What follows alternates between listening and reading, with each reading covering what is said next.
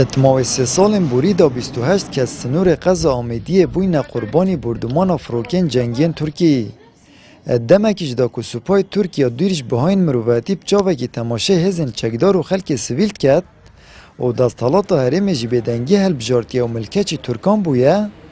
جاران توره خلک دور شلادز تخت داگیرکران تجینید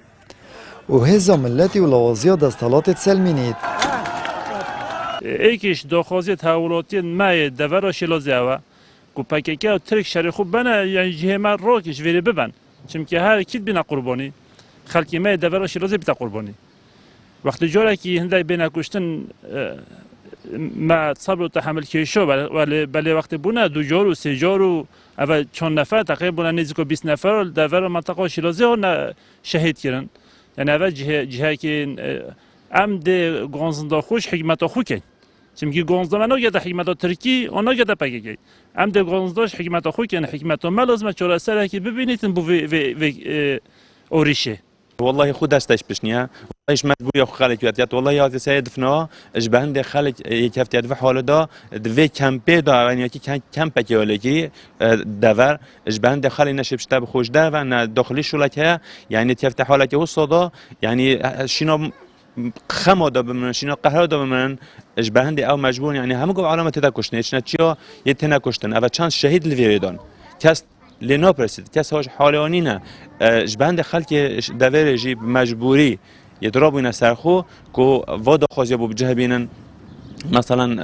ریک اصلات بیت وکن و بیجنه ترکی بلا جه قصفنت او جه خلک لی 2 سال در بازبوی دا خلک شلادز خونیشاندان برفره انجام داینه و نرازی بونا خول هم برهبونا بارگاین لشکر ترکیه الدوره و شهید کرنا حوالاتین سویل دیار کریه. الی پارتا دستالادار دیو داخوازین حوالاتیان نهاتیه و قربوی زیان به کفتیان جی نکریه. حتی که چه نهاتیه کریم بویریم حتی شهید ما قربویتان نهانا اگتون هیچ ربعی که جی خرجی خلکیت فقیرن و هجارن و جیانوی سر گندن ما کردستان خره که گندتون تقریبا شیم چنسا گندت خواه بس دورا ما یا نوره کن دوستکیا ممنوعه اجاری وکی سجنه که آله کرد ویده یعنی دوروبرین ما هم طبورانی هم لوی هزت امنی ویدا صلاته جیوان وک فشار تخصیص سر ویده ولی خلکی ویرجی هجاره فقیره بردام اف قربانیت ندان جبروی چنده کو یا پشگاه هوتیه و بردام قربانیت ندان خلکی ناراضیش ویدا صلاته یا هرمجی یا عراقی شلاد زکوب دوران روورکان یا برنیاسا دورکا گشتیاری و چاندن و جدرین آویا زنگینه. الی خلکی وید بجید ام هاتین دور پیچ کرن و جدرین اسقی جلمه هاتین قد کرن.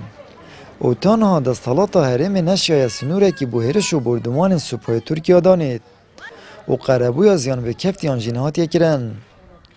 آمد بریفکانی، کنال آسمانی پیام، نحیا شلاد زه.